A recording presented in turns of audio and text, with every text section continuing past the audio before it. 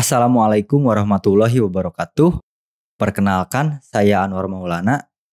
Pada pertemuan kali ini, kita akan membahas mengenai faktor-faktor produksi. Apa itu faktor produksi?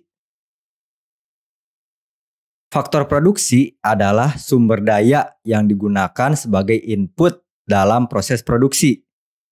Faktor produksi ini dibutuhkan untuk menghasilkan barang dan jasa. Faktor produksi dibagi menjadi 4 jenis. Yang pertama adalah tanah atau land. Sebagai sumber daya, tanah memiliki arti yang lebih luas. Tanah juga mencakup segala sesuatu yang dihasilkan oleh alam, atau sering kita sebut sebagai sumber daya alam. Contohnya adalah tanah untuk dibangun rumah, kantor, pabrik, jalan, kemudian tanah untuk pertanian, tanah untuk perkebunan, hutan. Tanah juga mencakup sumber daya alam seperti air, udara, kayu, minyak bumi, gas bumi, batu bara, biji besi, dan masih banyak lagi. Para pemilik tanah memperoleh pendapatan berupa sewa atau rent. Rent ini menjadi komponen dalam menghitung pendapatan nasional, GDP atau PDB. Faktor produksi yang kedua adalah tenaga kerja atau labor. Input tenaga kerja terdiri dari tenaga dan waktu manusia yang digunakan dalam proses produksi. Faktor tenaga kerja memiliki 2 dimensi, yaitu dimensi kuantitas dan kualitas. Dimensi kuantitas adalah jumlah buruh yang terdapat dalam perekonomian. Sedangkan dimensi kualitas mencakup keterampilan, pengetahuan, etos kerja, dan kedisiplinan dari buruh tersebut. Kualitas tenaga kerja menjadi elemen terpenting dalam pertumbuhan ekonomi.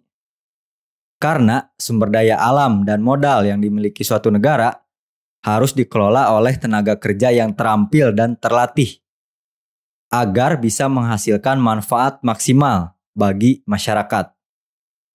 Dalam menghitung pendapatan nasional, para buruh ini menerima imbalan berupa upah dan gaji atau wages. Wages menjadi komponen dalam menghitung GDP. Selanjutnya, faktor produksi yang ketiga adalah modal atau kapital. Modal adalah barang-barang buatan manusia yang digunakan untuk menghasilkan barang dan jasa lain. Modal terdiri dari pabrik, mesin, kendaraan, komputer, dan juga software. Para pemilik modal menerima pendapatan berupa bunga atau interest. Bunga ini adalah komponen dalam menghitung GDP atau PDB. Faktor produksi yang keempat atau yang terakhir adalah kewirausahaan atau entrepreneurship.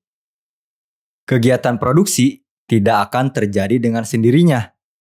Harus ada orang yang berinisiatif untuk mengelola ketiga faktor produksi untuk menghasilkan barang dan jasa yang dibutuhkan masyarakat.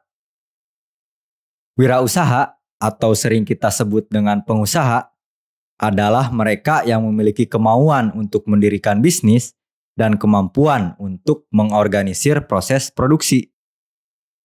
Contoh keahlian kewirausahaan adalah kemampuan manajerial, leadership, inovasi, pengetahuan akademis, dan juga pengetahuan teknis. Para entrepreneur ini memperoleh pendapatan berupa laba usaha atau profit yang menjadi komponen dalam menghitung GDP atau pendapatan nasional. Oke, kita simpulkan ya.